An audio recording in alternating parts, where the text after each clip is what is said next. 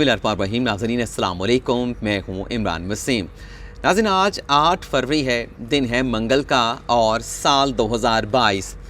नाज़रीन जस्टिस काजी फाइसा केस के तफसीली फ़ैसले पर वज़ीर कानून फ़रोग़ नसीम के छक्कों ने सारे खेल का पांसा पलट दिया है। पांसा कैसे पलटा है मैं आप नाज़रीन की खिदमत में सबूत भी पेश करूँगा, शवाहिद भी पेश करूँगा। और ये जो चंद दिन से बहस चल रही है कि सुप्रीम कोर्ट ने जस्टिस काजी फाइसा केस का जो तफसीली फ़ैसला जारी किया है, इसमें कहा जा रहा है कि ये 6-4 के तनासब से है, 5-4 के तनासब से है, 5-5 के साथ अदालत का तफसीली फ़ैसला टाई हो चुका है। तो इस सारी बहस के दौरान वज़ीर कानून फ़रोग़ नसीम ने गुज़िश्ता रोज़ 2 इंटरव्यू दिए। एक इंटरव्यू वज़ीर कानून फ़रोग़ नसीम ने एयरवाई न्यूज़ को दिया, दूसरा इंटरव्यू उन्होंने दुनिया न्यूज़ को दिया। इन दोनों इंटरव्यूज़ के ज़रिए जो बहस चल रही है, इस बहस का मुकम्मल तौर पे वज़ीर कानून फ़रोग़ नसीम ने ख़ात्मा कर दिया है। इस खबर की डिटेल के बाद हम आप नाज़रीन को ये भी बताएंगे कि जस्टिस काजी फाइसा केस के तफसीली फ़ैसले पर चीफ जस्टिस उमरता बंदयाल का पहला रद्द-ए-अमल क्या है, पहला रिएक्शन क्या है।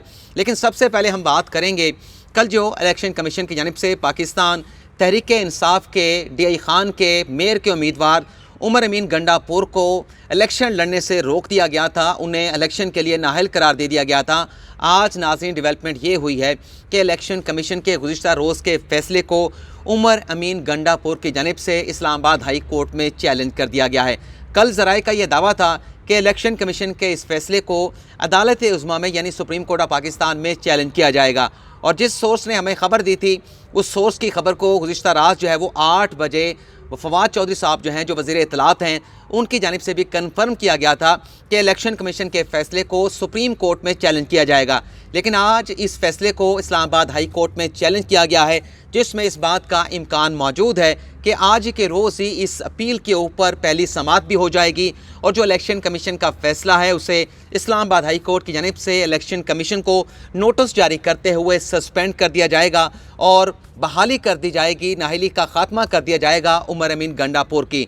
तो देखना ये होगा कि आज की समाअत के बाद जो इलेक्शन कमीशन को नोटिस जारी किया जाएगा तो कितने दिन का टाइम जो है वो इलेक्शन कमीशन को दिया जाता है। आया कि जो इस्लामाबाद हाई कोर्ट है इस केस को 13 फरवरी से पहले डिसाइड करेगी या 13 फरवरी के बाद की कोई तारीख जो है वो इस्लामाबाद हाई कोर्ट की जानिब से दी जाएगी। ये जो अपील इस्लामाबाद हाई कोर्ट में उमर अमीन गंडापुर की जानिब से दायर की गई है, इसमें उनके जो वकील हैं वो एडवोकेट अशरफ गुजर है, जिनका ताल्लुक़ जो है वो मुसम्मिक नवाज़ के साथ है, जो इस्लामाबाद की नशिस्त से मुसम्मिक नवाज़ के टिकट से कौमी असम्बली का इलेक्शन लड़ चुके हैं, जिसमें उन्हें असद उमर के मुकाबले में नाकामी का शिकस्त का सामना करना पड़ा था।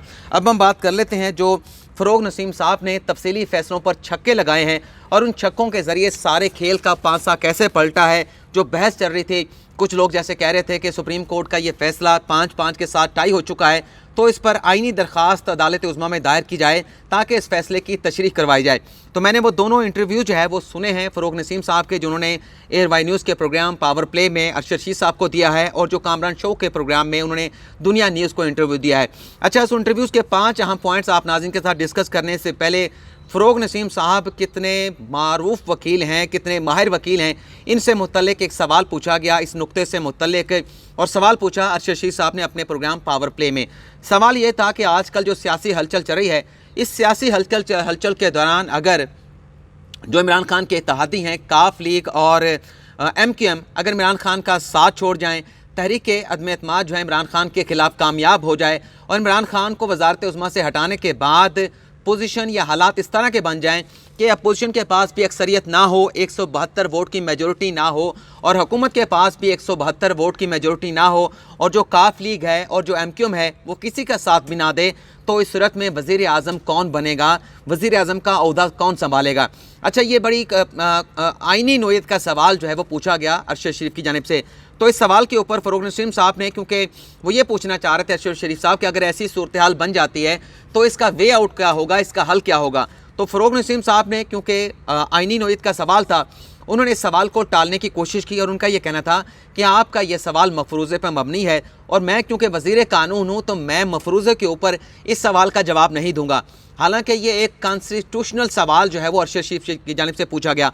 उन्होंने दोबारा अपना सवाल पूछा कि मैं मफरूज़ा नहीं पूछ रहा, मैं ये पूछ रहा हूँ कि अगर ऐसी सूरत हाल बन जाती है, हालात बन जाते हैं, तो इस सूरत से बाहर निकलने के लिए आइन क्या कहता है। तो ये एक आइनी सवाल था, बेशक इसमें मफरूज़े का एलिमेंट भी मौजूद था। तो फ़रोग़ नसीम साहब ने आइन बाएँ शाएँ किए, लेकिन इस सवाल का कोई जवाब नहीं दिया। और फिर इस सवाल का जवाब एंकर अरशद शरीफ ने खुद दिया, जिसमें उनका ये कहना था कि वे आउट फिर इसका ये है जो मैंने आइन को पढ़ा है।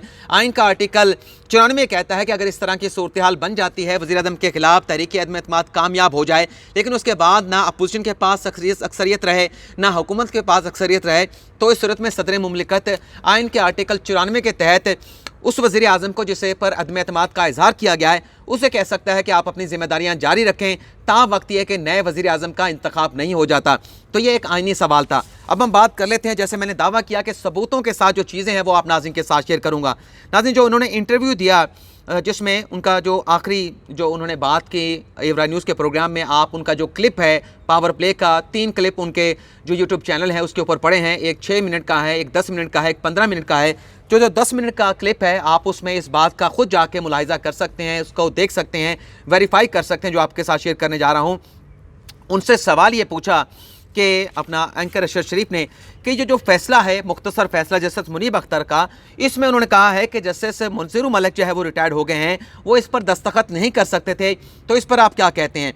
तो फ़रोग़ नसीम साहब ने कहा कि ये जो मुनीब अख्तर साहब ने कहा है कि दस्तखत नहीं कर सकते, ये 4 जजेस का फ़ैसला है और 6 जजेस ने इस बात को तस्लीम किया है कि जस्टिस मंजूर मलिक रिटायरमेंट के बाद तफसीली फ़ैसले पर दस्तखत कर सकते हैं। और बड़े वाज़ेह अल्फाज में फ़रोग़ नसीम साहब ने इस बात का एतराफ़ किया कि ये 6-4 के साथ फ़ैसला है। जो 4 जजेस बात कर रहे हैं उसमें कोई इतनी वक़्त नहीं, वो एक इख्तलाफी फ़ैसला है। और 6 जजेस का फ़ैसला है कि जस्टिस मंजूर मलिक तफसीली फ़ैसले पर दस्तखत कर सकते हैं और उसकी जस्टिफिकेशन दी गई है। और जस्टिस मुनीब अख्तर जो बात कर रहे हैं कि मंजूर मलिक साहब जो है रिटायरमेंट के बाद उस फैसले पर दस्तखत नहीं कर सकते, इसका उन्होंने इस बात के साथ एडमिशन किया है, एक्सेप्ट किया है कि ये 4 जजेस का फ़ैसला है, लेकिन 6 जजेस का फ़ैसला प्रिवेल करेगा। अच्छा, फिर उनसे ये भी पूछा गया, ये मैं दूसरा पॉइंट आपके साथ डिस्कस करने जा रहा हूँ, क्योंकि पेज जो 91 है जस्टिस मुनीब अख्तर उस पेज का बार बार जो है वो हवाला दे रहे थे, जिसमें फ़रोग़ नसीम साहब का ये कहना था कि जो 5 जजेस का 26 अप्रैल का मुख्तसर फ़ैसला था, उसमें इस बात को वाज़ेह तौर पे लिखा गया कि जो मल्टीरियल FBR से आया है उस मल्टीरियल को किसी जगह इस्तेमाल नहीं किया जा सकता।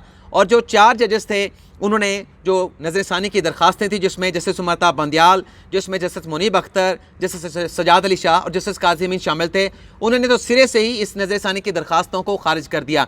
और फिर वो कहते हैं कि जस्टिस याह्या अफरीदी का जो अपना अलग से फ़ैसला है उसमें उन्होंने मना नहीं किया कि ये जो मवाद है जो FBR के ज़रिए सुप्रीम जुडिशल काउंसिल में आया है, इस मवाद को इस्तेमाल नहीं किया जा सकता, इस मवाद का जायज़ा लेने से रोका नहीं गया। तो इस तरीके से जस्टिस मुनीब अख्तर के इस नोट के बाद जो फैसला है वो 4-4 के साथ बराबर हो गया है और अब इस फैसले की आइनी तशरीह होनी चाहिए। तो पहले नुक्ते में उन्होंने एडमिशन किया कि ये 6-4 का फैसला है, और फिर आगे चल के वो बात जो कर रहे हैं कि 5-5 के साथ टाई कर गया है, तो उनके अपने मौक़िफ़ में तज़ाद मौजूद है। और ये जो उन्होंने मौक़िफ़ लिया है कि जस्टिस याह्या अफरीदी ने अपने फैसले में नहीं लिखा कि जो FBR का मल्टीरियल है, जो रिपोर्ट सुप्रीम जुडिशल काउंसिल में जमा कराई गई है, उसमें उसके इस्तेमाल करने से सुप्रीम जुडिशल काउंसिल उसका जायज़ा ले, इससे जैसे याह्या अफरीदी ने मना नहीं किया। तो यहाँ पर भी उनकी जानिब से गलत बयानी की गई, जो मवाद था उसको ट्विस्ट किया गया।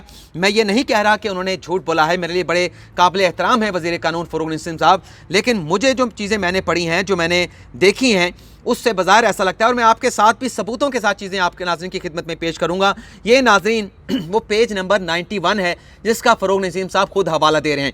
इसमें वो कहते हैं कि बड़े मैथमेटिकल अंदाज में जो 5 जजेस का फ़ैसला है उसे भी मुनीब अख्तर साहब ने जो है वो लिखा है, और जो जैसे याह्या अफरीदी का फ़ैसला है उसका भी उन्होंने जिक्र किया है। तो मैं दोनों फ़ैसले आपको पढ़ के सुना देता हूँ। इसमें किसी किस्म का इबाहम नहीं, जैसे याह्या अफरीदी ने भी FBR के मवाद का जायज़ा लेने से रोक दिया है, उसकी वर्डिंग कुछ और है, लेकिन जो 5 जजेस का फ़ैसला है उसमें वाज़ेह अल्फाज में FBR का जो मवाद है उससे नल एंड वाइट जो है वो करार दिया गया है कि वो जैसे था ही नहीं। पहले आपको सुना देते हैं कि 6 जजेस का फ़ैसला क्या है जो जस्टिस मकबूल बाकर ने लिखा था। ये मुख्तसर फ़ैसला आपके साथ शेयर कर रहा हूँ जो 26 अप्रैल 2021 का है। For the reason to be recorded later, جس کی انگریزی اچھی ہے وہ اچھی طرح سے اس فیصلے کو سمجھ پائیں گے. For the reason recorded to be later caption review petition are allowed and the direction contain in the para 4 to 11 جو کہ FBR سے متعلق تھیں.